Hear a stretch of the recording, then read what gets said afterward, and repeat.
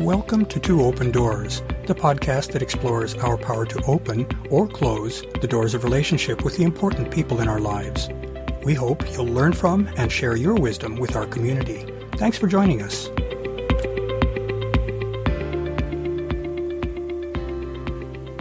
Two Open Doors is all about exploring the world of human relationship. But we haven't yet talked about what relationship is. Let's dig into that. We humans swim so naturally in the ocean of relationships that we rarely, if ever, stop to think about what relationship is and what it entails.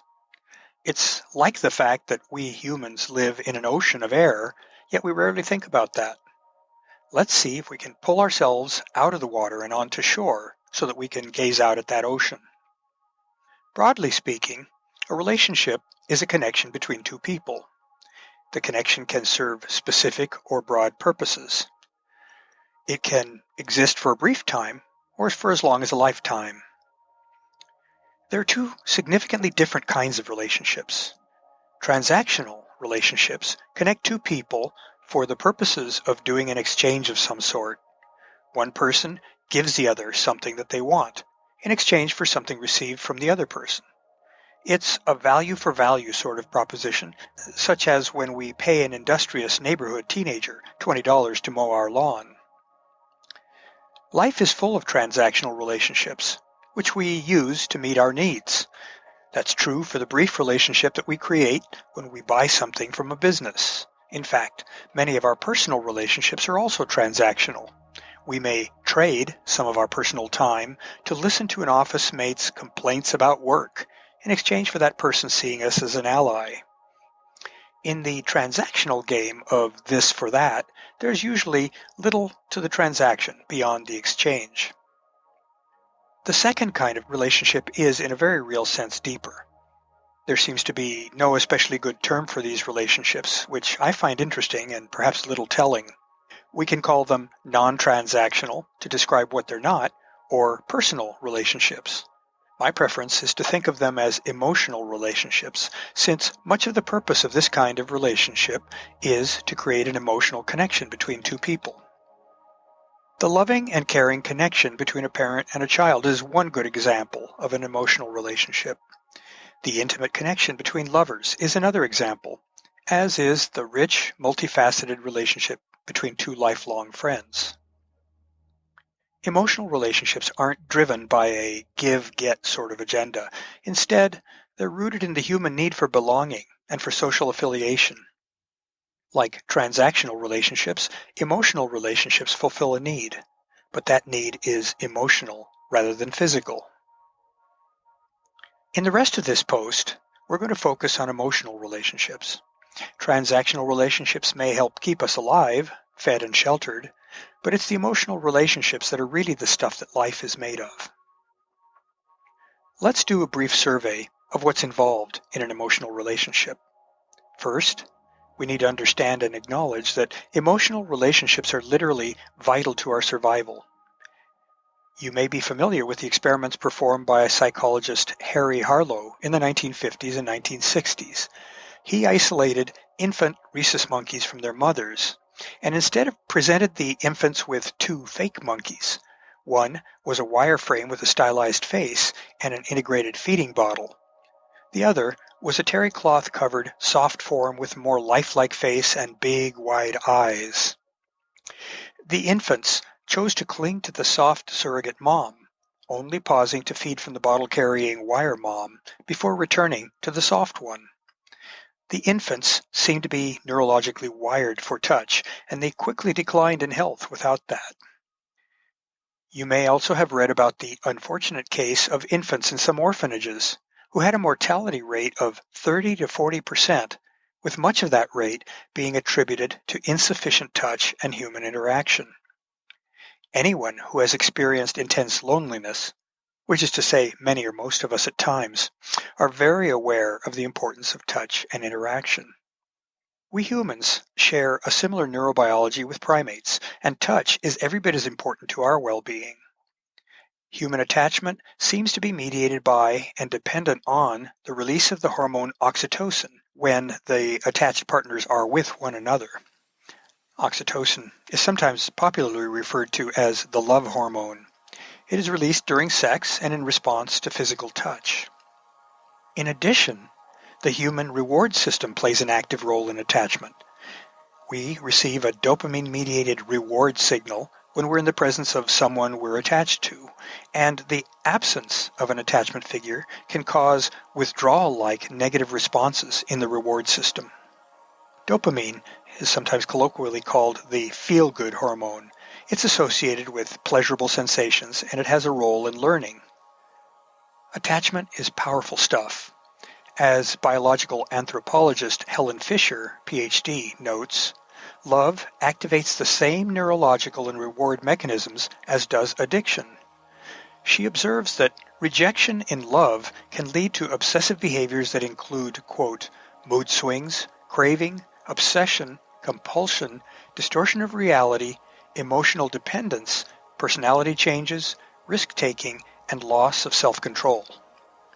These feelings and behaviors are probably familiar to most of us. You can read more about this interesting topic in Dr. Fisher's books, Why We Love and Why Him, Why Her. As a second observation about emotional relationships, we know that they require that both partners in the relationship have enough emotional intelligence to understand one another. You can think of emotional intelligence as the awareness and understanding of human emotions, how they feel, what circumstances trigger them, how people display or externally manifest their internal emotions, and how to recognize them when they occur. You can read more about the fascinating and crucially important topic of emotional intelligence in Daniel Goleman's book, Emotional Intelligence. With such understanding, we're able to empathize with one another. We're able to walk in their shoes. The ability to accurately guess what's going on in someone else's thoughts and emotions is sometimes called theory of mind. That capability is what enables us to know that the agitation we see in our normally calm and even-keeled partner may be due to a bad day at work or to some other upset that probably has nothing to do with us. As a third facet of relationship, both partners need to desire connection with one another, and both need to clearly indicate that desire to their partner. Desiring connection is not likely to happen if a partner has any concerns over safety and respect. Those are baseline givens. Similarly, a couple's difficulties or hesitancy to engage in clear and honest communication with one another can make it impossible for them to get on the same wavelength. Without good communication, dreams and desires can't be shared, and the inevitable relationship collisions cannot be bridged. Even if we possess good theory of mind capabilities, none of us is a mind reader. We need to let our partners know what we're thinking and feeling, and we rely on and trust them to do the same for us. Knowing that you're loved doesn't mean that you don't need to occasionally hear that from your partner. Relationships involve sharing and negotiation, and good communication skills provide a foundation for those exchanges. Connection is also unlikely to occur if the chemistry between partners isn't right. The partners need to fit one another, and fit is an ambiguous and sometimes mysterious thing. How many times have we seen a couple in which the partners seem, from the outsider's perspective, to have little in common, and who seem to us like trying to mix oil and water, and yet who may have a relationship that may last many decades? Compatibility is an intriguing and puzzling topic in its own right, but we'll save that discussion for another day.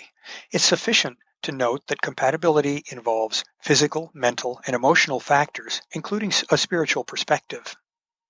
Physical attraction may trump in the short run, at least in some relationships, but without shared beliefs and attitudes, compatible personalities, and good emotional support for one another, a relationship is unlikely to last.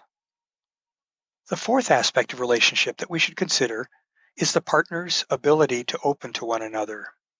In a well-functioning relationship, the partners come to know one another very well, warts and all.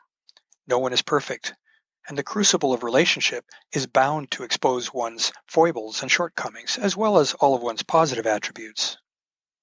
Being willing to let one's underwear be seen requires vulnerability. One needs to trust one's partner to be kind, accepting, and supportive, not critical or rejecting. Perfectionists who expect the inhuman from themselves or from their partners are likely to be guarded, and they're unlikely to focus on loving support and acceptance for their partner. The resulting friction can cause a relationship to fray.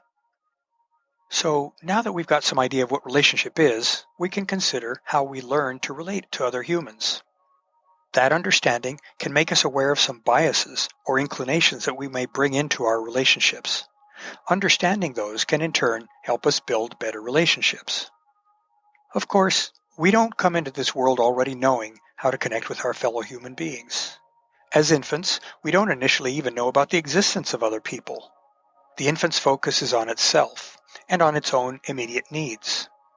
Humans are an altricial species, meaning that we're born basically helpless and develop our survival capabilities over a long, parentally sheltered period of learning. There's an important and influential topic in developmental psychology called attachment theory. In brief, that theory proposes that we initially learn how to relate to others through our relationship with our first caregiver, usually an infant's mother. An infant learns whether to expect to have its needs, such as feeding, met or not. It also learns whether the caregiver can be counted on to be reliably present or not. We'll save attachment theory for a later discussion.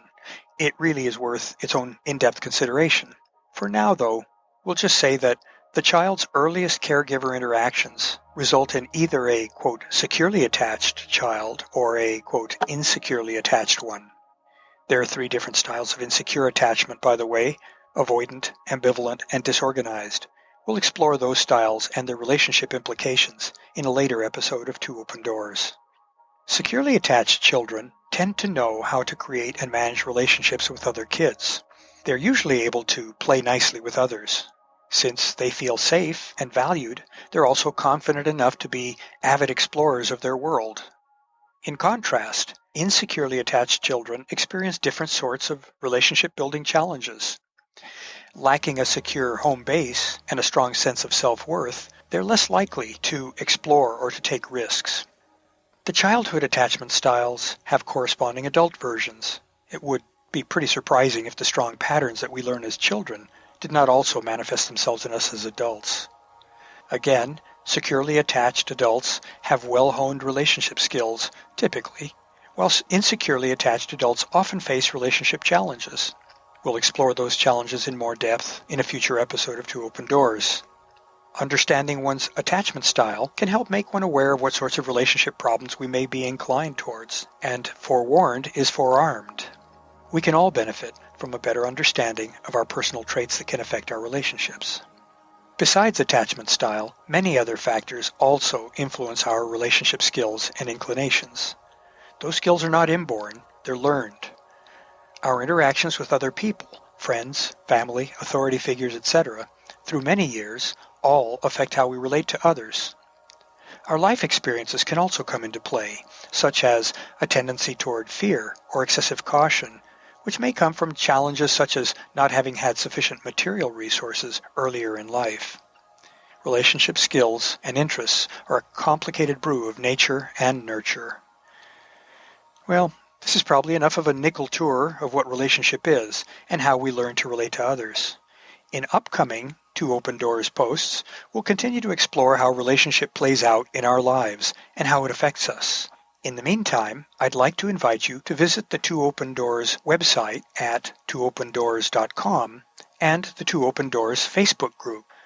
Finally, I invite you to contact me directly by writing to me at Claude, C-L-A-U-D-E, at twoopendoors.com. I'd love to hear from you, and I'll use your inputs to guide my work on future blog posts and podcast episodes. Thanks for visiting Two Open Doors.